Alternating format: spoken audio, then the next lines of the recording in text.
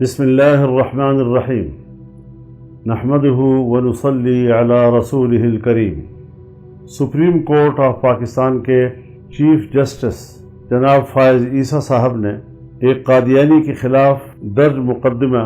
پر اپنا فیصلہ سناتے ہوئے قادیانیوں کو اپنے مذہب کی تبلیغ کی اجازت دی ہے۔ ان کا یہ فیصلہ شریعت اور آئین اور قانون کے خلاف ہے، اس سے متصادم ہے، اور ہم اس فیصلے کو علی الاعلان مسترد کرتے ہیں۔ یہ فیصلہ مغرب کی خواہشات کے تابع صادر کیا گیا ہے اور قرآن کریم کے جو حوالے اس میں پیش کیے گئے ہیں وہ غلط بھی ہیں،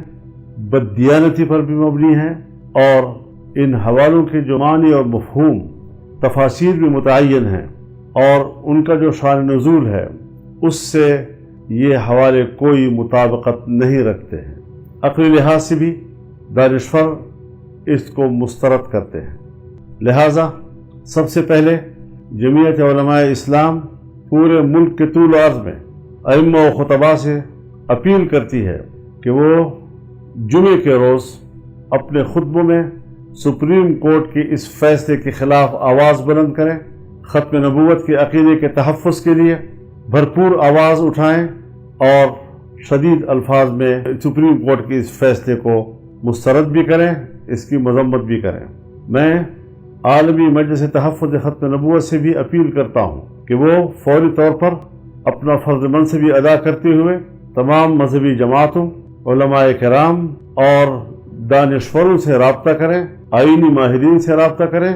اور اگلے کسی اقدام کا وہ فیصلہ کریں تاکہ اس معاملے کو ہم